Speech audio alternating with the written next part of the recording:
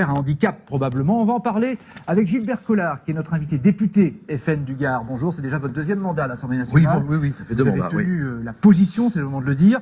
On va commencer par l'une des images de la semaine, c'est Gaza.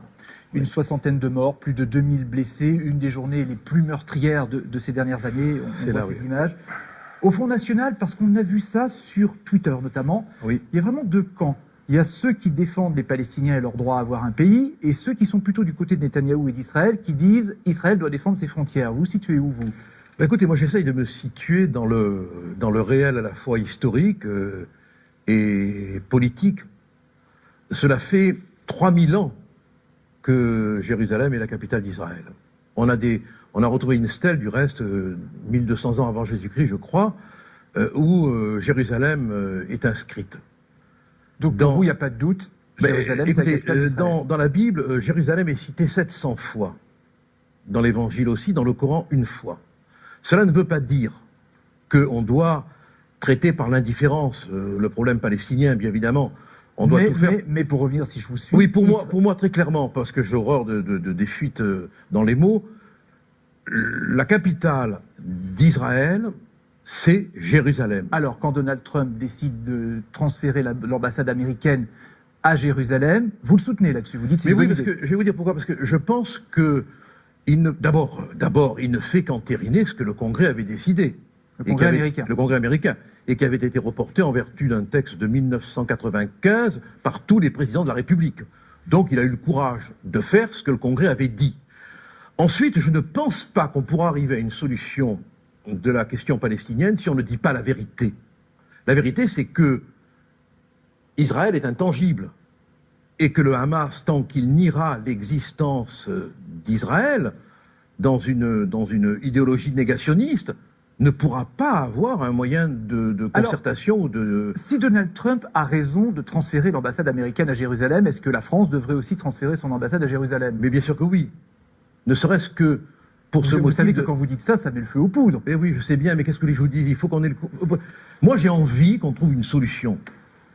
Est-ce que c'est comme ça, en mettant les ambassades à Jérusalem, qu'on trouve une solution, ou est-ce qu'on ne met pas de l'huile sur le feu, au contraire ? Il est clair qu'on met de l'huile sur le feu, mais en même temps, si on n'a pas le courage de dire la vérité au peuple palestinien, on n'arrivera pas à une solution. Il n'y aura que violence, guerre, tentative d'un côté comme de l'autre de discréditer l'adversaire. On n'aura pas de solution. Il faut partir du principe que l'État d'Israël est intangible et que c'est à partir de cette intangibilité qu'on pourra discuter. Après, c'est la capitale qui peut discuter. Mais Louis Alliot, que vous connaissez... Mais c'est le seul pays du monde dont la capitale n'est pas reconnue, Israël. C'est quand même tout à fait anormal. Louis Alliot dit que vous êtes un ami d'Israël. Alors, bon, ça pourquoi pas, hein, c'est lui qui le dit. On parle d'une visite de Pourquoi c'est pas bien ? Si, non, mais c'est pas la question. Ça m'amène à l'autre question. Ouais. On parle d'une visite de Marine Le Pen en Israël. Oui. Est-ce que c'est toujours à l'ordre du jour ? Moi, je ne suis pas au courant qu'elle devrait faire une visite, mais si elle doit faire une visite, elle fera sa visite. Personnellement, vous n'êtes pas son Missi Dominici. Non, moi, je ne veux pas politiser. Je le fais, bien évidemment, mais je ne veux pas rentabiliser ma démarche. Donc, en aucun cas, si je vais en Israël, je ne médiatiserai ma présence. C'est prévu, en tout cas.